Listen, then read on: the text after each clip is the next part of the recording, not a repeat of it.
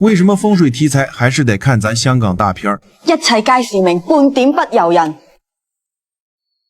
以风入魔，以命渡人。一部电影直接捅漏了东方命理的天花板，不仅覆盖了7大门类的风水典籍，还把五行的相生相克玩得严丝合缝。大到阴宅断吉凶，小到一个摆件画官非，就连头发的颜色、作案的天气，都暗合了术数与气运。一个命师用最癫狂的行为讲述了经典悖论。如果人生来就带着写好的命运剧本，那我们的努力到底还有没有意义？万般皆是心，点点皆由人。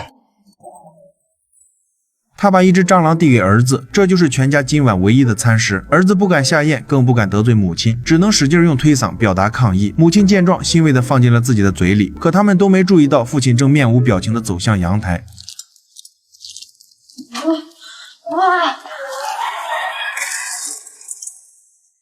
好不容易熬到了长大成人，他遇到了一名温柔贤惠的女友，可越是幸福也就越觉得恐惧，因为卦师早就有言在先，由于出生于遗传性精神病家族，中年之后也必将步入父母的后尘，因此他穷尽半生钻研起了风水命理，为的则是逆天改命，实施自救。这一算就是整整8年，期间他担心自己哪天会突然疯掉，于是便果断和女友提出分手。他想用推开的方式让爱人避开这倒霉的天杀宿命，可就算他算尽了八字流年，却最终没能猜透人心。女友一气之下上吊自杀，这也成了他从自救到渡人的转折点。往后的日子里，他更是把逆天改命发挥到了极致，甚至不惜搭上时间精力，也要在天生注定的结束里找到破解之道。辛丑年8月23，今有亡者劉美美、即文陽、何人等，多位亡夫重修下作功德。妹妹姐，唔拿掂啊，唔拿掂啊，妹妹姐，唔拿掂啊，妹妹姐，我頂啊！他算出了风尘女刘美美的生死劫，便用了一招空关解煞的偏门法术，说白了就是给将死之人举办一场葬礼，制造假象，瞒过阴司的生死簿，来躲避命中注定的结束。为此，他选择了规模最大的公墓，靠满山遍野的阴气掩盖活人的生机。只要成功度过今晚的虚实，也就是7点到9点，就能从此高枕无忧。刘美美虽然相信了这些鬼话，可阴冷潮湿的泥土却让她感到难受，再加上时不时冒出来的虫子，更是让她心里一阵发毛。眼看时辰将至，大师只好绑住了他的双手，并快速掩埋。慘木傷心何處求？求潤天津，來呀叫啊苦啊！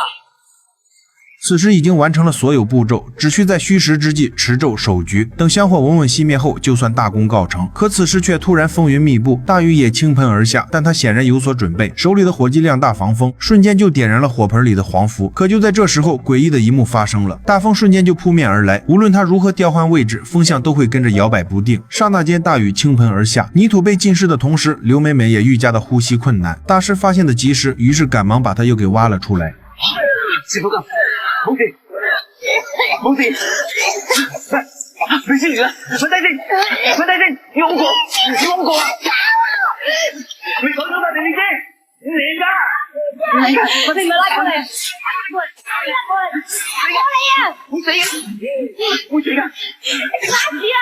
有了如此经历，刘美美彻底慌了神，她误认为对方不是救人，而是在杀人。至此，3重禁忌全部踩中，整个过程要求心静身不动才能蒙混过关。可前面有小虫的袭扰，导致埋在土里的阳气外漏，接着又有暴雨浇头，水的属性本就是主散主泄，这么一来，准备好的黄符表文全被浇灭，香火一断，阴阳之间的信号也就彻底失联。再加上刘美美的主动出局，给了最后的致命一击。俗话说心诚则灵，你自己都不相信，那再强的外力就成了无根之萍。他拦下一辆出租车，扬长而去。大师看着烧了一半的表文，唏嘘不已。只有他才知道，此人已经大祸临头。事实也果不出所料，阴云就像长了腿一样，跟着出租车的方向缓缓前进。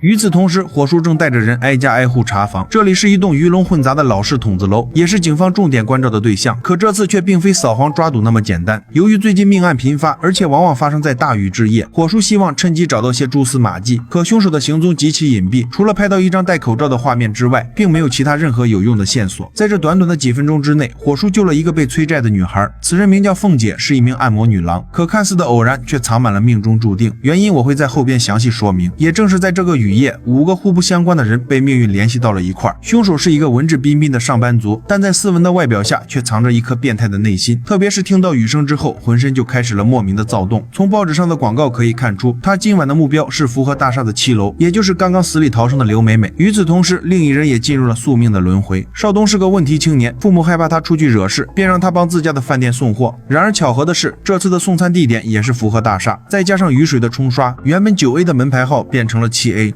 門閂咗冇掛牌，條女唔喺度啊！攝張紙入去，仲有好多棟樓要去。Yes sir。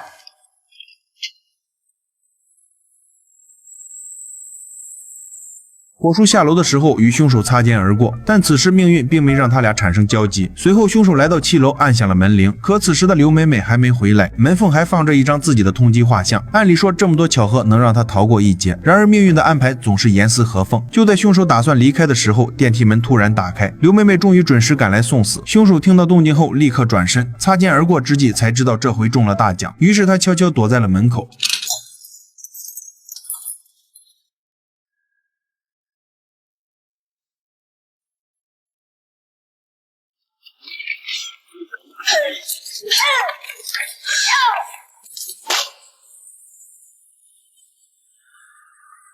随着刘美美被凶手控制，天上的大雨也随之戛然而止。邵东朝着福和大厦进发，大师也正在快马加鞭。从广播里的报时得知，现在的时间是晚上8点半，距离虚实结束还剩30分钟。此时凶手已经准备就绪，他先把刘美美吊在半空，然后取出随身携带的刀具。从这里可以看出，他的作案手法非常专业。此形象对应香港80年代雨夜屠夫的真实案件，把斯文变态重新搬上了荧幕。这时邵东也赶到了福和大厦，面对送货单上的数字，他犹豫片刻之后，果断按下了7楼。開麥。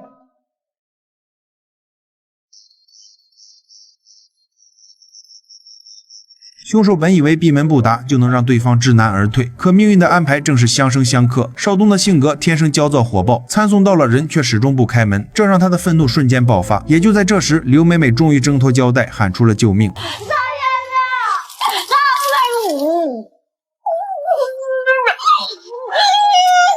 救命！咩事啊？嗌救命！殺人喎！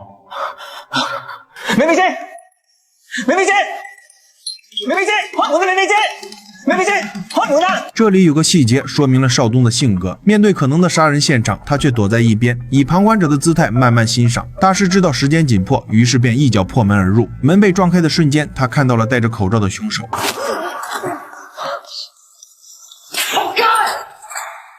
此时刘美美已经遇害，也是全片砸下的第1记宿命重锤。大师看到后立刻呕吐不止，其原因除了血腥的画面之外，也包括心中最大的遗憾。10几年间的逆天改命，在此刻都成为了笑话。可令人感到意外的则是邵东的态度，他似乎对空气中的味道极度着迷，看到地面上的鲜血后，更是直接一脚踩了上去，尽情享受这种粘稠带来的快感。另一边，凶手在逃跑的途中遇到了火叔，只用了1眼他就看出了问题，可没追几步就碰上了关节炎复发，最终导致凶手成功逃脱。慌乱之下，他躲进了马路对面的饭店，将凶器藏进了男厕所的天花板，换了身衣服后从容地离开了这里。本以为这又是一起有惊无险的作案，可命运的齿轮却将几人转到了一起，因为这正是邵东家开的餐馆。而火叔赶到现场的时候，却看到了本不该出现的2个人。你做咩？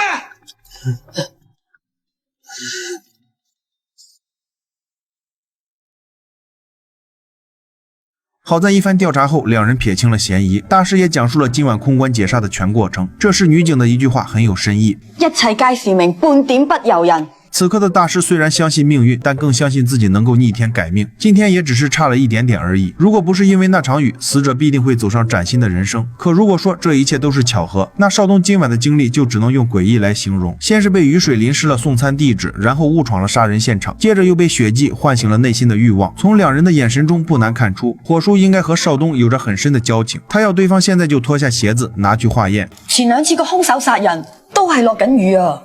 大師聽到這番話，頓時來了精神。他開始觀察起了眼前的年輕人，光是看面相就足以斷定此人有血光之災。於是他立刻取出了3枚銅錢，經過測算後得到了一副坎卦，卦象命格皆是天定的險境，但也絕非必死之局。可最後的走向到底是凶是吉呢？他相信人心的選擇才是破局的關鍵。於是他毫不猶豫地追了出去。我幫你，都唔知坎卦，你哋會入絕路㗎，我幫你試下。命運鋪排緊啲嘢啊！我幫你㗎，我唔拉你㗎，喂！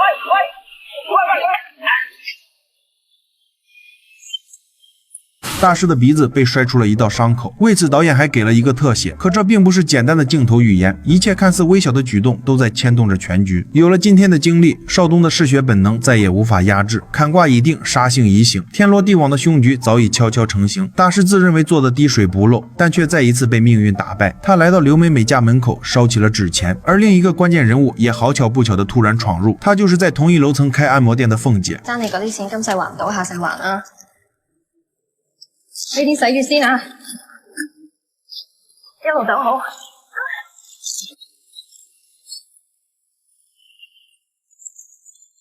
佢唔忿氣，我都唔忿。现在讲解的是2023年杜琪峰执导的《命案》。影片以人性宿命论讲述了一场逆天改命的博弈之旅。林家栋一改往日东莞仔的跨栏形象，化身为疯魔命理师。虽然深知天命难违，但却绝不向命运妥协。他以疯入魔，以命渡人，可命隔天定，劫数有踪。他又将运用多少种阴阳术数篡改天命呢？我会继续解读这部影片的点睛之笔。下期视频正在紧张制作中，请点赞关注，我们下期不见不散。